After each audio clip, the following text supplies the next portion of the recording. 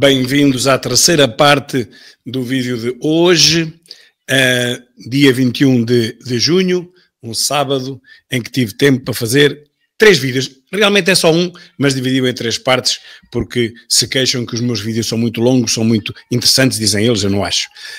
Mas que realmente são muito longos, 40 minutos é muito, então divido-os em 3 e assim cada um pode ver o que quiser e depois pode voltar mais tarde e outra vez. A minha gata está ali a berrar, também quer ver o vídeo, mas eu fechei-a porque ela está com o cio. Aliás, ela está sempre com o cio, não sei o que é que se passa com esta gata. E eu sou do tempo, meus caros, eu sou do tempo de Costa, de Galamba e de Pedro Nuno Maserati. Lembram-se? 2 governos depois, ainda não se sabe por que razão se demitiu o António Costa. Ainda não se sabe. Foi um mistério que apareceu uma linha lá num comunicado da Procuradora-Geral da República, uma senhora doutora Lucília Gago, e apareceu lá uma linha completamente espernada de tudo que dizia que o António Costa estava a ser investigado. Até hoje não se sabe qual é a investigação, o que é que visa. Sabemos é que já passaram 2 governos, um e depois outro. Ele foi-se embora, foi para a terra dele, foi para a vida dele. Para a terra dele não foi, que isso seria do outro lado. Foi para a vida dele e tratar, obviamente, como tratou também o Durão Barroso, o Cherne, e como trataram outros. E deixou isto à balda, e ainda bem, porque quanto mais tempo cá estivesse, pior seria para todos nós. E então ele foi tratar da vida dele e nós cá ficamos. Bom, 2 governos depois ainda não se sabe porque é que se demitiu António Costa, mas começamos agora a perceber que não se demitiu por causa de nada, foi apenas um pretexto para ele se poder ir embora, e um país lindo com uma justiça ainda mais socialinda, não é socialista, é socialinda, e são 10 milhões de portugueses feitos passar por parvos e por atrasadinhos pelo sistema socialindo. Cá está, a volta ao mundo, as polémicas em 1409 dias, era, lembram-se, este que anunciou um aeroporto no Montijo, mas agora já não era o Montijo, depois foi obrigado a recuar, enfim, e despediu uma senhora e deu-lhe uma indemnização de 500 mil euros por WhatsApp. A mim é que não me acontece isto. Bom, a Lusa não quis ficar atrás dos mentígrafos desta vida e então inventou mais um mentígrafo dela própria. Já havia o mentígrafo do Observador, o mentígrafo do Facebook, que geralmente são empresas da Hungria, que não entendem nada do que nós dizemos em português, mas que nos cortam os nossos posts a dizer que são discursos de ódio, húngaros, romenos, tudo por aí. Bom, mas a Lusa não quis ficar atrás e então o que é que acontece? Acontece que a agência Lusa vai lançar o Lusa Verifica, um serviço de verificação de factos. Não sei se vai verificar o mentígrafo, o polígrafo, a hora da verdade, todos os outros mentígrafos que já existem, todos eles a mentir com quantos dedos têm na boca, mas não sei se vai acontecer isto. O que diz o Observador é que o Observador também tem um mentígrafo. A desinformação vai neste momento muito além do jornalismo e exige mais do que o princípio do contraditório, princípio que a Lusa segue.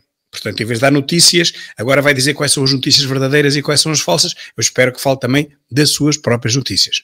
Justificou a diretora de informação Luísa Meireles. Muito bem, o que eu digo é, mais um mentígrafo, meus caros, já cá havia poucos, quando são os próprios polígrafos a ser desmascarados, e mais do que uma vez, por uma ERC que passa a vida a assobiar para o lado. Bom, mas não pode continuar a assobiar para o lado toda a vida. Já por 2 vezes pronunciou, repondo a verdade da mentira do polígrafo, e espero que isso continue, espero mesmo que aquilo seja retirado do mercado, porque é mesmo um produto marado, falsificado, contrafeito, diz que verdade são mentiras e diz que mentiras são verdade. Portanto, a primeira coisa que há a fazer a esse mentígrafo é pô-lo na rua daqui para fora. Cá está um caso que eu apresentei no meu primeiro vídeo, este é o terceiro de hoje, e pergunto se isto aqui é humor. Humor, se é isto, é o palhaço rico, como ele próprio se auto-intitula, a apresentar um líder da oposição, hoje líder da oposição, na altura não era, mas era deputado da Nação já, com este dístico que eu me dispenso de ler, e eu fiz um vídeo há 4 anos, que estou eu, estou bem conservado, estou na mesma praticamente, a dizer que isto não é humor, isto é um crime contra a honra, artigo 180 e seguintes do Código Penal, e agravado por publicidade, porque foi publicidade numa televisão em canal aberto a nível nacional. Pois trata-se de um crime difundido, claro, acabei de dizer, em canal aberto a nível nacional, que foi a SIC, e que a televisão SIC, devia ser igualmente condenada por se prestar a difundir este tipo de crimes contra a honra. Portanto, devia ser igualmente condenada por permitir a sua difusão para todo o país. Há 4 anos que eu fiz este vídeo sob protesto do que este palhaço fazia diariamente contra a Ventura, pois continua cada vez pior. Comigo, na hora, tinha levado logo com um processo em cima, um processo-crime. Não lhe aconteceu, mas ainda está a tempo. Olha o que está a acontecer com a Joana que está bem aflita, estão-lhe a exigir 1 milhão e nem que não paga 1 milhão, se pagar uns bons milhares, não lhe faz mal nenhum, porque não se pode fazer humor espezinhando e desprezando, ridicularizando pessoas identificadas. Aí é que está. Chega, quer um inquérito para apurar quem andou a receber subsídios indevidamente em Portugal. Ai, pensavam que isto era assim. Ai, pensavam que metiam cá 2 milhões e tal, dos quais apenas 400 mil estão a trabalhar, portanto falta saber o que estão a fazer os outros 1,5 milhão, número redondo, já nem vamos para mais 100 mil, menos 100 mil, tanto faz. Pensavam que ninguém dizia nada e que isto tudo passava. Quer dizer, aqueles milhões que alguns receberam por legalizar ilegalmente milhares, centenas de milhares de pessoas, isso ficava tudo em águas de bacalhau. Não pode. Chega, vai propor um inquérito para apurar, um inquérito potestativo, não tem outra hipótese senão aceitá-lo, para apurar quem andou a receber esses subsídios indevidamente em Portugal. Pois é, se não fosse o Chega, quem é que propunha isto? Ninguém. Cá está o meu vídeo, a primeira parte de 3, o meu vídeo de hoje, nem sei se esta é a primeira, se esta é a segunda, eu até acho que é a segunda, mas eu já vou corrigir aqui, não, é a parte 1 de 3, muito bem, já fiz a segunda e esta é a terceira, vamos lá. Está tudo na minha página do Facebook. E olhem lá este diálogo. Eu vou pôr de início para se ver, para se ouvir bem. Dessas é. Porquê? Porque o português típico é típico tu, mais eu. Nós somos tolerantes, somos hospitalários, não somos rássicos, nem xenófobos. Nem pensar. Isso então muito menos. Isto é que é humor. Isto é que é humor. Não é isso que eu quero dizer. Não digas. Alguém te obriga.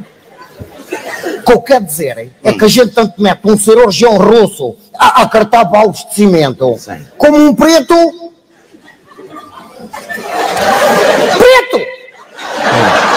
a partir pedra. Se fosse hoje, meus caros, o que é que ia acontecer a um diálogo destes? Bom, e continua, mas para já chega para percebermos o que é que se passa aqui. E lembram-nos do Gungunhana? Havia até um filme a preto e branco sobre o Gungunhana, eu lembro-me de o ter visto, pai, nos anos 60. Gungunhana, quando Portugal raptou um rei, é um podcast da CNN, ou seja, Communist News Network, a rede comunista de televisão em Portugal, que vence prémio internacional. Bom, mas como agora a moda é estarmos a pedir para devolver tudo, digamos, às antigas colónias, eu também estou de acordo, nós temos que lhe devolver as miçangas que ele perdeu quando foi capturado e tal, perdeu umas miçangas que tinha ao peito, e ele devolve-nos Cabora Bassa, A Beira, cidades, não é? Nampula, Tete e Lourenço Marques, ok?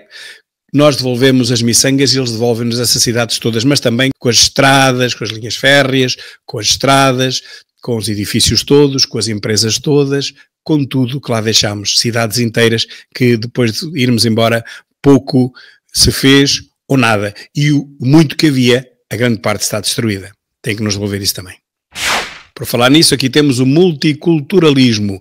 Hoje, em pleno centro histórico do Porto, um fontanário virou lavadouro público.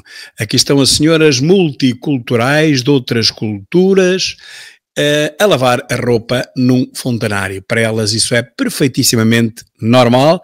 Nós, na Europa desenvolvida, é que somos capazes de achar menos normal. Mas também nada lhes acontece, continuam a lavar a roupa nas fontes, nos fontanários públicos, ok? Porque é assim que se usa lá na terra deles e, portanto, como se usa na terra deles, eles para cá transportam todo o seu multiculturalismo, como por exemplo a poligamia. Um homem pode ter várias mulheres, também as podem trazer para cá. Olha nesta coisa agora do reagrupamento familiar, cada tipo do Islão, lá do lado lá, pode trazer as mulheres que tiver. Se tiver 3, traz 3, se tiver 4, traz 4, e os filhos de cada uma. Portanto, temos aqui um rancho por cada família a ser reposto em Portugal.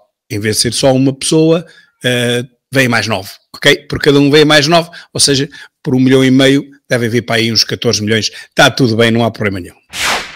E diz a Filomena Cautela, que não é de extrema-esquerda, nem é amiga íntima da Mariana Mortágua, ou era, ou foi, diz ela que a apresentadora da RTP fala em ameaças à família dos 2 cantores. A Filomena Cautela defende os anjos, bullying asqueroso.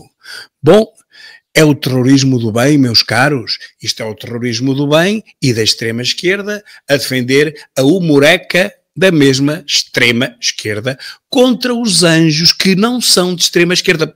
Quer dizer, eu estou a dizer isto porquê? Eu não sei se eles são de extrema-esquerda, mas como nunca se meteram em política, nunca vieram aqui a defender as causas que todos os outros artistas, cantores, músicos, todos defendem a mesma coisa, são todos de extrema-esquerda, vá-se lá saber porquê, como os anjos nunca se meteram em política, são considerados por esta comunistação, esta comunidade de extrema-esquerda, do berloque da canhota para a esquerda. O berloque da canhota já não existe o BE, agora é ME. É a Mariana de Esguelha, antigamente era o BE, Bloco de Esquerda. E toda esta gente, desta comunistação toda, desta comunidade esquerdoida, defende a humoreca. Pelos vistos, aqui há uma exceção que confirma a regra. Realmente, a Filomena Cautela não defende, diz que é um bullying asqueroso. Realmente, como os anjos nunca se meteram em política, era isso que eu ia dizer há pouco, devem ser considerados pelos palhaços pobres de esquerda como sendo fascistas. Por isso está toda a gente dentro desta bolha de artistas, cantores, músicos, etc., atores de teatro, todos defendem a humoreca. E porquê? Porque essa humoreca nunca se meteu com eles, nunca os espezinhou a eles. Eles também, ninguém os conhece, não é? Quem é que ia fazer humor espezinhando aquele ator que levou uma bofatada na cara, que foi considerado o maior ato de terrorismo do mundo, incluindo as FP25 que mataram 20 pessoas. Isso não é nada ao pé da bofatada que levou aquele ator que ninguém sabe quem é. Ora, se a humoreca, a Joana não sei quê, fizesse um sketch sobre a bofatada que o ator levou, não resultava, simplesmente porque ninguém conhece esse ator.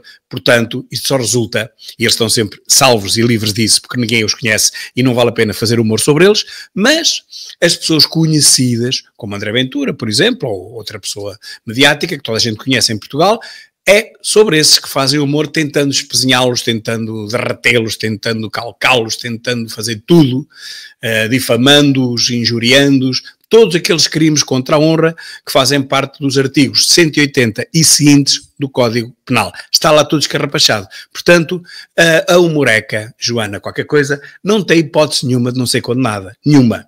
E eu mais à frente falo nisso com mais propriedade.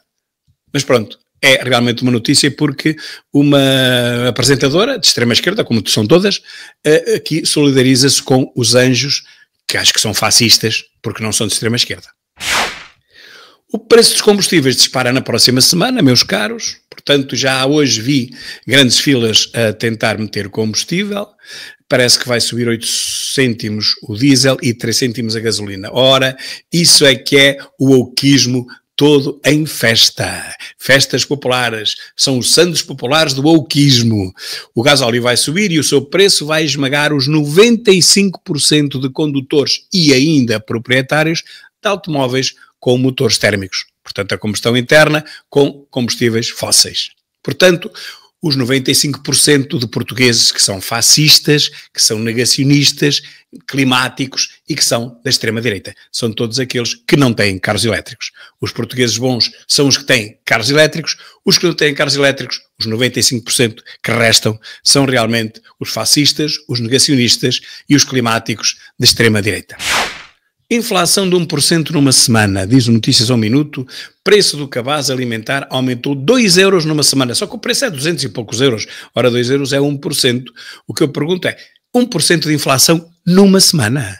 Isso dá quanto ao fim do ano? 54% ao ano? Estamos em que país? Na Argentina? Não, não, a Argentina está tudo a correr bem. Já não é na Argentina, é na Venezuela que nós estamos com inflações destas. E cá está a minha segunda parte do vídeo de hoje, de 21/6, desarticulando o jornalixo, segunda parte. E esta que acaba agora é a terceira parte. Vamos ficar por aqui.